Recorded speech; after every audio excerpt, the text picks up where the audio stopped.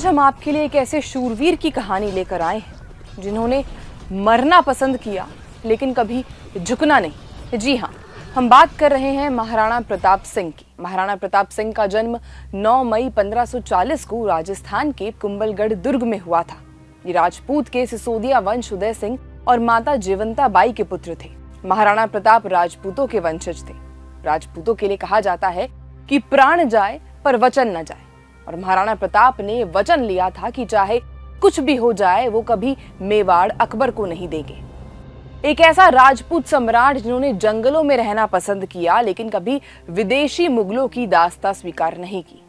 आइए आज आपको बताते हैं अपने पराक्रम और शौर्य के लिए जाने जाने वाले महाराणा प्रताप सिंह की कुछ खास बातें। महाराणा प्रताप की जयंती साल में 2 बार मनाई जाती है। 9 मई को अंग्रेजी कैलेंडर के हिसाब से इनका जन्म दिवस मनाया जाता है, लेकिन राजपूत हिंदी कैलेंडर की तिथि के हिसाब से इनकी जयंती मनाते हैं ज्येष्ठ शुक्ल तृतीया को, जो हिंदी कैलेंडर में हर साल बदलती है। लेकिन ऐसे पराक्रमी और शूरवीर को उनकी जयंती पर ही नहीं बल्कि हर दिन याद करना चाहिए।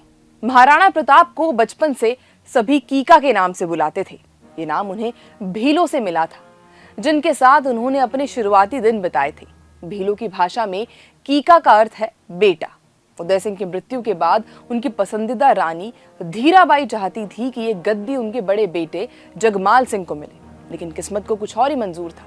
राजा उदय सिंह ने ये गद्दी अपने छोटे बेटे महाराणा प्रताप को सौंपी थी, जो कि नियमों के विरुद्ध था। उदय सिंह की मृत्यु के बाद राजपूत सरदारों ने मिलकर 1628 फाल्गुन शुक्ल यानी कि 1 मार्च को 32 वर्ष की आयु में उन्हें मेवाड़ की गद्दी पर बिठा दिया।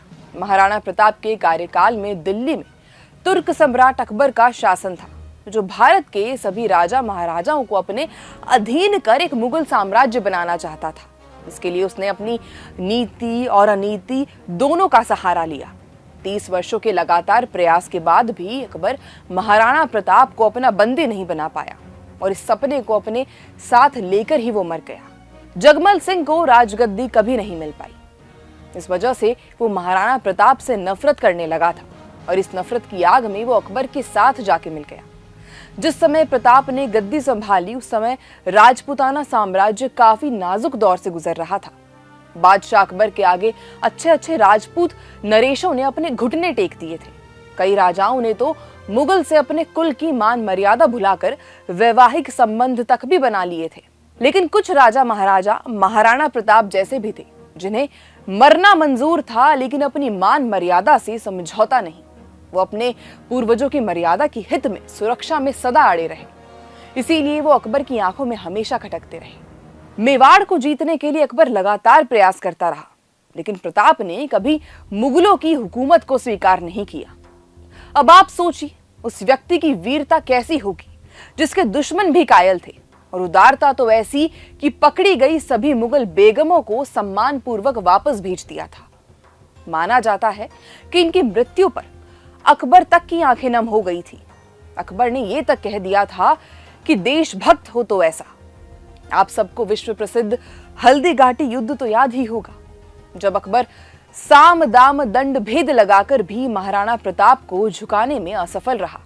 महाराणा प्रताप को झुकाने में असफल रहा तो उसने आमेर के महाराजा भगवान दास के भतीजे कुंवर मानसिंह को विशाल सेना के साथ डूंगरपुर और उदयपुर के शासकों को अधीनता स्वीकार करने के लिए मजबूर करने के लक्ष्य के साथ भेजा। लेकिन मानसिंह की सेना महाराणा प्रताप को अपने अधीन झुकाने में असफल रही, जिसके बाद मानसिंह खुद महाराणा प्रताप से बात करने पहुंच गए। मानसिंह ने उन्हें अकबर के समक्ष झुकने की सलाह दी, लेकिन महाराणा प्रताप अपनी जिद पर अड़े रहे और युद्ध की घोषणा कर दी। अकबर को मानसिंह का खाली हाथ लौटना शायद बर्दाश्त नहीं हुआ, और उसने अपने सारे मुगल सैनिकों को मानसिंह और आसफ खां के नेतृत्व में मेवाड़ पर आक्रमण करने के लिए भेज दिया। आपको बता दें, मानसिंह की बुआ जोधाबाई का विवाह अकबर से हुआ था। उस समय युद्ध में मुगल सेना की संख्या 80,000 से 1 लाख तक की बताई जाती है, और महाराणा प्रताप की सेना में कुल 15,000 सैनिक थे। ऐसा कहा जाता है कि महाराणा प्रताप के हर सैनिक को मुगल सेना के 5 सैनिक मारने जैसा साहस था, और युद्ध में वैसा ही हुआ। इस युद्ध में प्रताप की वीरता और साहस ने मुगल सैनिकों के दांत खट्टे कर दिए। आप सुनकर हैरान हो जाएंगे कि महाराणा प्रताप 72 किलो का कवच पहनकर 81 किलो का भाला अपने हाथ में रखते थे। ऐसा कहा जाता है कि उनके सभी हथियार मिलाकर 208 किलो के हुआ करते थे, जिसे वो पहनकर युद्ध लड़ा करते थे। तो आप इससे ही अंदाजा लगा सकते हैं कि महाराणा प्रताप कितने पराक्रमी थे। आखिर इतने वजन के साथ युद्ध लड़ना कोई मामूली बात तो नहीं थी। इस असफलता के कारण अकबर गुस्से में झल्ला गया और एक दिन खुद अचानक से महाराणा प्रताप सिंह पर हमला करने जा पहुंचा, लेकिन एक बार फिर उसे वहां से खाली हाथ ही लौटना पड़ा। ऐसे में अगर बात युद्ध की हो तो उनके सबसे प्रिय घोड़े चेतक का जिक्र तो बनता ही है। चेतक एक बहुत ही समझदार और स्थिति को भांपने वाला घोड़ा था। उसने कई मौकों पर महाराणा प्रताप की जान बचाई। वो दुनिया के सर्वश्रेष्ठ घोड़ों में से एक था। हल्दी घाटी के युद्ध के दौरान अपने पराक्रमी चेतक पर सवार महाराणा प्रताप एक पहाड़ की ओर जा रहे थे। चेतक ने रफ्तार तो तेज पकड़ ली, लेकिन वहां एक पहाड़ी नाला बह रहा था। युद्ध में चेतक पहले से ही घायल था, लेकिन फिर भी वो नाला लांघ गया, जिसे मुगल सेना के घोड़े नहीं लांघ पाए। अब चेतक नाला तो लांघ गया, लेकिन उसकी रफ्तार धीरे धीरे कम होती गई और पीछे से मुगलों के घोड़ों की आवाज भी लगातार सुनाई दे रही थी। उसी समय महाराणा प्रताप को पीछे से एक आवाज सुनाई देती है, हो नीला घोड़ा रा अवसर। और वो आवाज थी उनके भाई शक्ति सिंह की। वो भी देशद्रोही बन चुका था, लेकिन जब उन्होंने अपनी भाई को दर्द में देखा तो वहां मौजूद दोनों मुगलों को मात के घाट उतार दिया और जीवन में दोनों भाई पहली बार प्रेम से गले मिले थे। उसी बीच चेतक जमीन पर गिर पड़ा और उसने अपने प्राण त्याग दिए। बाद में उस स्थान पर एक चबूतरा बनाया गया, जो आज तक चेतक के बलिदान की याद दिलाता है। ऐसा कहा जाता है कि हल्दी घाटी के युद्ध के बाद महाराणा प्रताप का वनवास काल शुरू हो गया था। उन्होंने युद्ध के बाद का समय पहाड़ों और जंगलों में व्यतीत किया। अपनी गुरिल्ला युद्ध नीति से कई बार अकबर को मात दी। उन्होंने कसम खाई थी कि जब तक मेवाड़ आजाद नहीं हो जाता वो मेवाड़ नहीं छोड़ेंगे और सदा ही अकबर के खिलाफ लड़ते रहेंगे। बाद में मेवाड़ के गौरव भामा शाह ने महाराणा प्रताप के चरणों में अपनी पूरी संपत्ति रख दी। इस संपत्ति के मदद से महाराणा प्रताप ने अपनी सेना का पुनः गठन किया और अकबर के प्रति अपना आक्रमण जारी रखा।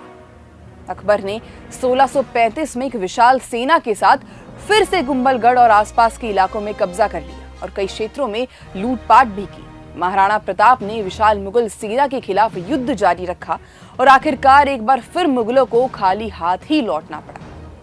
चित्तौड़ को छोड़कर महाराणा प्रताप ने सभी क्षेत्रों को पुनः स्थापित कर लिया था।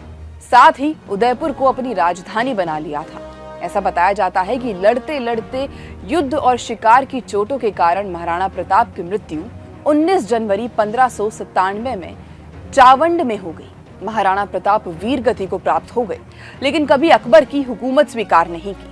अकबर ने उन्हें समझाने के लिए साम दाम दंड भेद सब लगा दिए, लेकिन वो कभी उन्हें समझा नहीं पाए। अकबर का मेवाड़ को अपना बनाने का सपना सपना ही रह गया।